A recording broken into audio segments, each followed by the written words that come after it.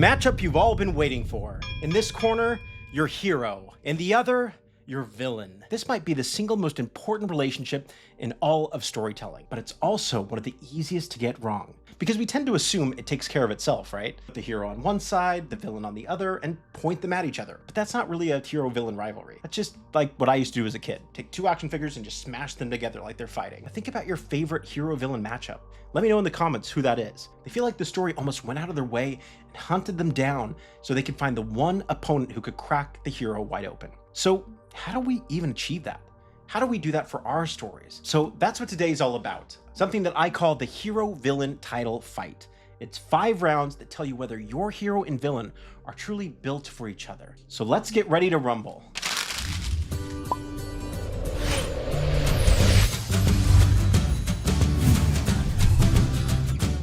Well, all right, plot heads, let's get into it. For those of you new here, well, I'm Brian. I spent over a decade in Hollywood in creative development, reading thousands of scripts and manuscripts, and coaching hundreds of writers. And a quick fun fact, growing up, there were 3 particular comics that I would religiously go down to our little comic book store and buy. It was Fantastic Four, Doctor Strange, and Iron Man, which, looking back, is probably where a lot of this started, because those comics ran on some of the best hero-villain matchups basically ever. Fantastic Four and Doctor Doom, I mean, come on. Ladies, I'm gonna need to borrow your car. Now, if you've been with us this chapter when characters collide, we've been digging into how 2 characters come together and make something neither one could alone. And there's no bigger version of that anywhere in storytelling than the hero and the villain, the protagonist and antagonist. Now, we've talked about heroes and villains in another video, why the villains were getting the spotlight and why heroes were falling behind. But this is entirely different because we're talking about their dynamic, their relationship, that space between them. And there's a funny thing here. It's almost a sneaky trap because it usually comes from doing really good work in your story. You build a great hero at the center of your story where they're dimensional, they have a clear want, a strong arc. Then you go and build a villain separately with just as much care, where maybe they're menacing and compelling. So at that point, you have 2 excellent individual characters in a box. And then you put them in a room together, try to make the fight matter, and sometimes it just doesn't. Maybe not as much as you want to, or maybe sometimes you're not even realizing it. And the real problem there is you built them separately, when really they're so connected. So let's get this fight started. 5 rounds as part of this framework: tether, tilt, test, turn, truth. And yeah, I love alliterations if you couldn't tell. So let's get to it. Round 1. Now, the most common way a matchup falls flat is honestly pretty simple. So we're starting at the ground level here. The hero and the villain basically aren't actually fighting over the same thing. The villain wants one thing, the hero wants something else, and the only reason they ever end up in the same room is that the plot kind of shoves them together. So the fix for this is what I call the tether. The tether is basically what changed your hero and your villain into the same fight. So they're not just 2 people who happen to be enemies. They're really 2 people who can't both get what they want. And it comes down to really 2 components of this section. The first is what I call the competing answers. Basically, every story has this sort of big question humming underneath it. Like, what does the kingdom owe its people? What do we become after someone hurts us? It can be a whole range of things. But basically, your hero has an answer to that question, and that question is the thing they're really fighting for. So on the opposite side, you give the villain their own answer to that exact same question. That's sort of the idea that the hero is the villain's villain. The villain might have a great idea, but a terrible way of going about it, or a corrupted way of seeing it. Now, the second piece is where your stakes live in your story. And for that, I would just ask, what happens to the world if the villain's answer is the one that wins? And that's basically what your hero is fighting to stop. Now let me show you how this works in one of my favorite franchises that involves apes. Dawn of the Planet of the Apes. Now, the quick setup for those that don't know, basically a virus has wiped out most of humanity, the apes have grown intelligent, and there's just sort of this fragile piece between them and a few humans left.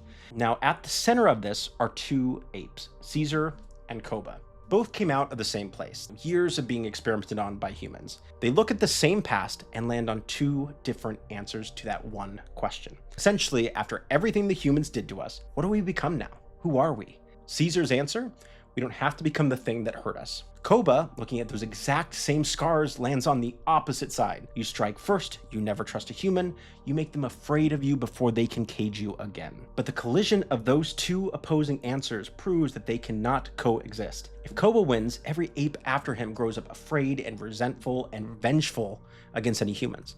It feels like it was always going to happen because those 2 things are going to come into conflict. So for your own story, find the one question your hero and villain are both answering. Then ask, what's the hero's answer? Followed by, what's the villain's answer?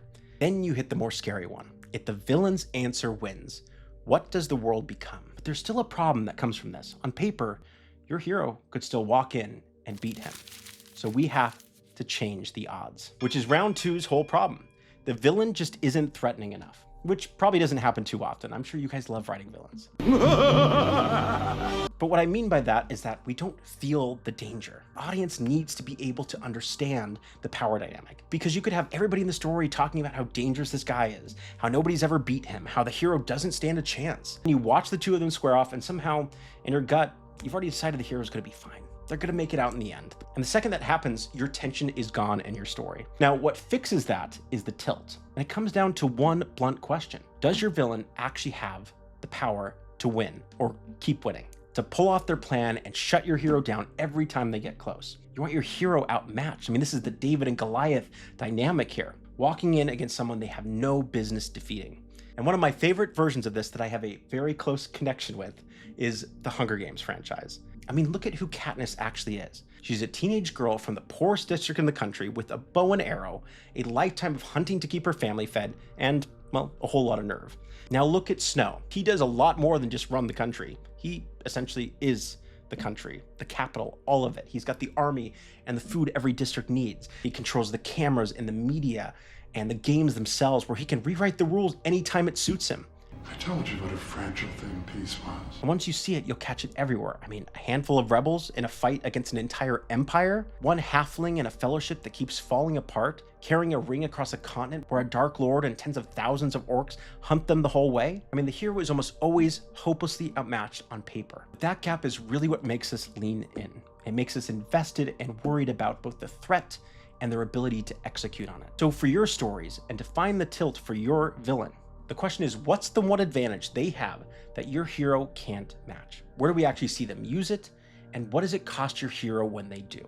Put those 3 questions into your stories and make your hero feel it early. So far, we're talking about a lot of these external things, these physical threats, capabilities, power dynamics. But the next thing is going to take us inside the character and how the dynamics can change on an emotional level.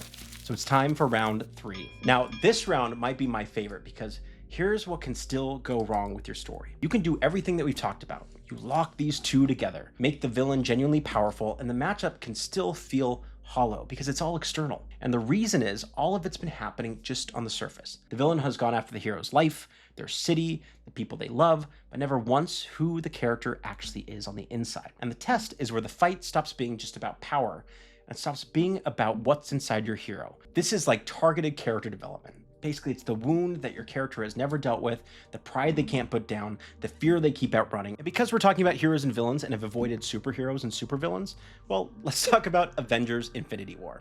Now, by this point in the MCU, the Avengers aren't really a team at this point. They're split apart, they're scattered, half of them aren't even speaking, and every one of them is sort of carrying some sort of wound or burden. They all walk into the biggest fight of their lives, cracked and divided and hurting. And the thing is, Thanos doesn't even have to look for the soft spots in them.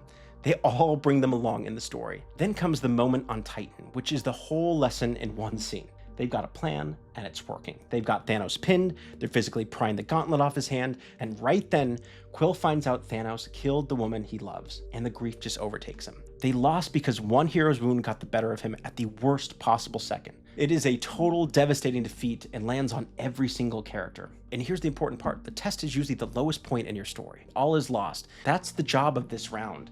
The villain drives your hero down. It's beyond the powers and beyond the plans until the only thing left between them and losing is the one wound they've never faced or overcome. And now you can see how this is working on a character arc level, how these two are intertwined on this deeper level. This villain is forcing the character to face things in themselves. So for your story, one question here. What is the one thing this villain forces your hero to face about themselves? That their kindness might not be enough this time, that the dream they chased cost more than they wanted to pay, that maybe they're not as different from the villain as they'd like to believe. Now the fight is personal. What will our hero do now? All right, plot heads, I just want to give a big thank you to everybody in the comments and to all you watching quietly too. I see you and I appreciate you all. We've got a lot of exciting things coming up in this chapter, including ensembles and friendships and romance and found family, all sorts of things. So make sure you hit subscribe so you don't miss a thing. All right, back to it. This is the part where a lot of stories can accidentally stumble, right near the finish line. The villain does all this work to get under the hero's skin, and the hero just wins the way they always would have. And something about it feels a little hollow and unearned. If the test was about the inside of your hero, the turn is about their external, the way they actually go against the villain. Because every hero has their go-to moves, the things that have always worked. And against this villain, all of that has to stop working until the hero is forced to become someone they weren't at the start. Now, I can't help but bring up one of my favorite examples that got me really into storytelling early, Avatar: The Last Airbender. I mean, Aang is this kid who has to stop Fire Lord Ozai before he burns the whole world down. But the thing here is Aang was raised by monks, and he has one rule he will not break. You will never take a life. Everyone expects me to take the Fire Lord's life. Sounds like him and Batman would get along. And the show backs him into the worst possible corner. Puts him in front of Ozai at the height of his power, a comet overhead that basically turned him into a god of fire. And one by one, every move Aang has ever leaned on stops working. He basically learns how to strip Ozai's power without taking his life. And the reason that ending lands, the reason it doesn't feel like a cheat, is everything it cost him to get there. But it doesn't have to be the only turn, because the best matchups can go back and forth like a seesaw in your story. Your hero finds something that works, the villain adapts and shuts it down, which just forces the hero again to change until they've been pushed clean past everything they used to rely on. That is classic story escalation. So how to apply this to your story? 3 questions. 1, how does your hero usually win? 2, why won't that work against this particular villain? And 3, how does that force them to change? The way you'll know if you've achieved it, the move that finally wins should be something your hero could not have pulled off at the start of the story. So here's the last thing. The thing that can sink a great matchup is an ending that feels empty. That's the last impression you're going to make on your audience, whether it's a movie or a book or a comic. And that's the job of our final T, truth. Now, the truth is what your final clash proves, the answer to the question your matchup's been asking since round 1. And the best part, by the time you get there, that answer has usually changed. Let's go back to the 4 fights we've already been talking about and watch how each one lands its verdict. This is where it all cashes out.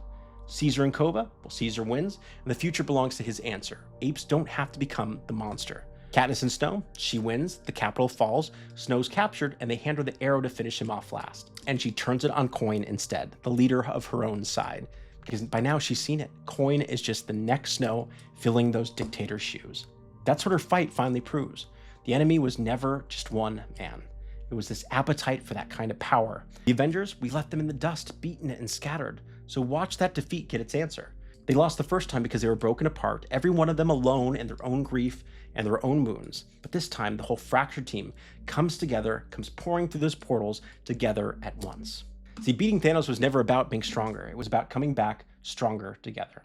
And Aang and Ozai, that whole fight asked one brutal question. Stop a tyrant, do you have to become one? He wins, and he is still himself. You can beat the thing in front of you without turning into it. 4 fights and 4 very different answers. Each one takes that question from round 1 and finally settles it. And almost every time, the hero's answer has moved from where they started.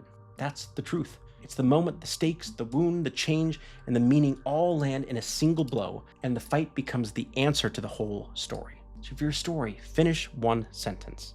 By facing this villain, my hero proves that blank.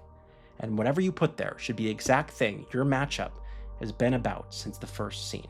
So that's all 5. Tether, tilt, turn, truth. So here's what I keep coming back to with heroes and villains. At the very start, I said the matchup that stays with us feel like the story almost went out of their way to find the one opponent who could crack their hero wide open. And that's really the whole thing. The right villain is not just the strongest one you can think of. Really, it's the one who forces your hero to finally become who they were meant to be. That's why a hero and villain are never really just 2 people in conflict, clashing together. The right villain is the reason the hero changes it all. And maybe that's why we keep coming back to these stories. We want to watch someone stand in front of the one thing built to break them, the thing it would be so much easier to run from, and find a way through it anyway. Because if they can, then maybe we can too. And once again, I'm Brian, this is Plot Luck. And if you've ever loved a story, felt let down by one, or dreamed of telling your own, pull up a chair, hit subscribe, and let's stir the plot together. That's a wrap.